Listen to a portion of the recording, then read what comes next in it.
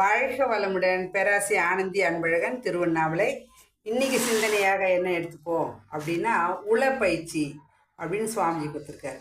அது என்ன உளப்பயிற்சி? உள அப்படின்னா உள்ளன்னு அர்த்தம். உள்ளத்தின் உள்ளே உள பல தீர்த்தங்கள் மெல்ல குடைந்து நின்றாட வினை கெட பள்ளமும் மேடும் பறந்து திரிவதே கள்ள மனமுடையோ கல்வியுள்ளவரேன்னு ஒரு பாடல் கொடுத்துருப்பாரு.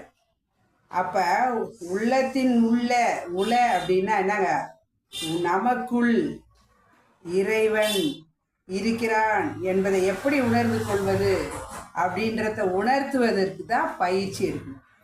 அப்போ அந்த பயிற்சி நான் செய்யணும் அப்படின்னா நான் என்ன பண்ணணும் அப்படின்னா முயற்சி செய்யணும். முயற்சி செஞ்சாதான் முயற்சியுடையார் இகழ்ச்சி அடையார்னு சொல்லுவாங்க. அப்போ முயற்சி செய்து நான் பயிற்சி செஞ்சேன் அப்படின்னா நான் நல்லா இருக்கு தானே செய்கிறோம் இல்லைங்களா? அப்போ நான் நல்லா இருக்கணும் அப்படின்னா சுயநலம் அல்ல, பொது நலம்னு வரும் சுவாமிஜி. அந்த பொது நலம் இருக்கணும் அப்படின்னா நான் சுயநலமாக இருந்தால் தான், நான் நன்றாக இருந்தால் தான் மற்றவங்க நல்லா இருக்கணுன்ற எண்ணமே நமக்குள்ளே வரும். அப்போ நான் அப்படின்னா இந்த உடல் மட்டும் நானா அப்படின்னா இந்த உடல் நான் அல்ல, உடலும் நானும் தான். உள்ளுக்குள்ளே இருக்கக்கூடிய மனமும் நான் தான், எனக்குள் இருக்குது. இறைவன் நானாக, இறைவனே எனக்குள் இருப்பதை நாம் உணர்ந்து கொள்வது தான் இந்த உளப்பயிற்சியில் புரிந்து கொள்ளுதல், தெரிந்து கொள்ளுதல். அப்போ அறிஞ்சிக்கணும். அப்போ பயிற்சி செஞ்சோம் அப்படின்னா முயற்சி எடுத்தால் தானே.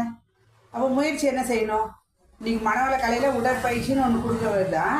நம்ம என்ன பண்ணுறோங்க, கண்களை திறந்து செய்வது 2 பயிற்சி தான். மீது அனைத்தும் பார்த்திங்கன்னா கண்களை மூடிக்கொண்டு தான் செய்கிறோம்.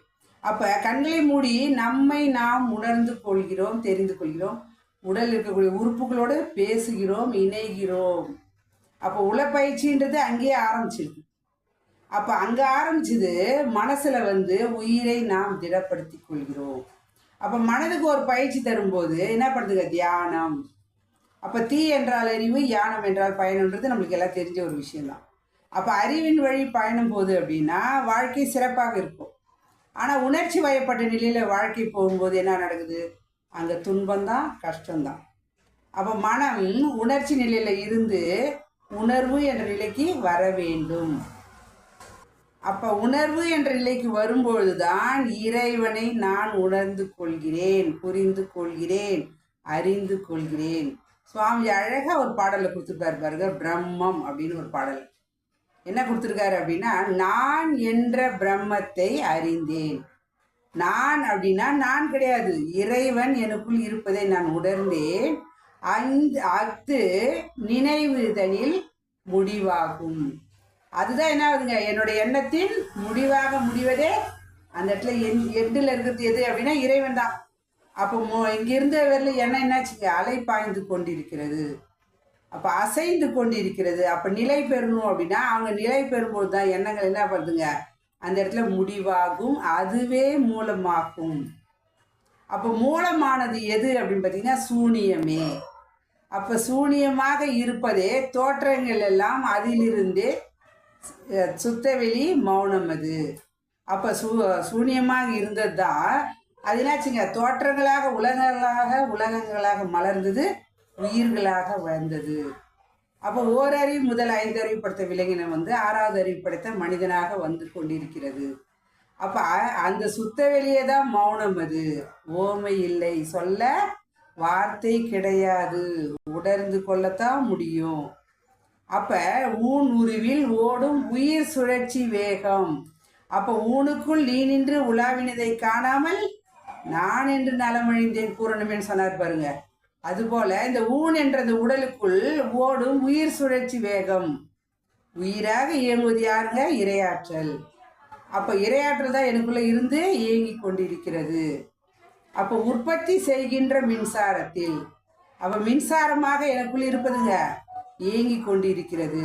தோன்றுகின்ற அலை இயக்கம் அறிவு ஆகும். அப்போ மின்சாரம் உள்ள சொல்லும் போது தான் 5 புலன்களாக வெளியே போகும்போது என்ன ஆகுதுங்க, உணர்ச்சி வயப்பட்ட நிலை என்ன, துன்பம்.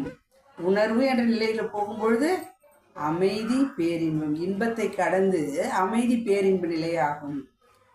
சுயநிலையில் தியானித்து அறிதல் வேண்டும். அதை நான் உணர்ந்து கொள்ளணும், புரிந்து கொள்ளணும்னா அந்த தியானத்தின் மூலமாக தான் நாம் உணர்ந்து கொள்ள முடியும். அதான் சொன்னோம், நம்ம தீ என்றால் அறிவு, யானம் என்றால் பயணம். அப்போ ஒரு ஒரு டேம் கட்டுறாங்க அப்படின்னா எதுக்காக? ஓடுகின்ற தண்ணியை அணை கட்டி வைக்கிறார்கள். அப்போ அங்கே தண்ணி தேங்கிறதால தான், இருப்பு இருக்கிறதால தான் சுற்றி இருக்கிற எல்லா ஊர் கிணத்துலையும் குளத்துலையும் தண்ணி இருக்கும். அப்போ அந்த நிலத்தடி நீர் இருக்கும் பொழுது தான் பயிர்கள் செழிப்பாக வளரும். அப்போ ஒரு டேம் கட்டுறதால இவ்வளோ ஊருக்கு எவ்வளோ பலன் கிடைக்குது.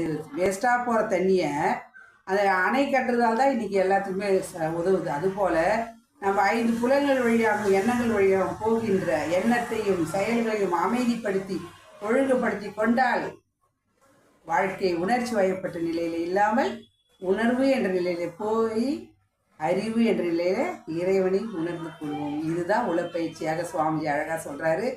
அந்த பயிற்சியை மனவளக்கலையில் கொடுக்குறாங்க. நாம் அனைவரும் எடுத்துக்கொண்டு அதை வாழ்க்கையில் சிறப்பிக்க உலகம் புறாமே அறிவு திருக்கோயிலுக்கு, மனவளக்கலை மன்றங்களுக்கு, தவ மையங்களுக்கு பயன்படுத்தி கொள்வோம், பண்படுத்தி கொள்வோம், உயர்வடைவோம் என்று சொல்லி இந்த அற்புதமான வாய்ப்பை அளித்த இறைநிலைக்கும் குருவருக்கு இதுக்காலம் செய்யும் எடுத்த அனைத்து நல்ல அன்பு உள்ளம் நன்றி.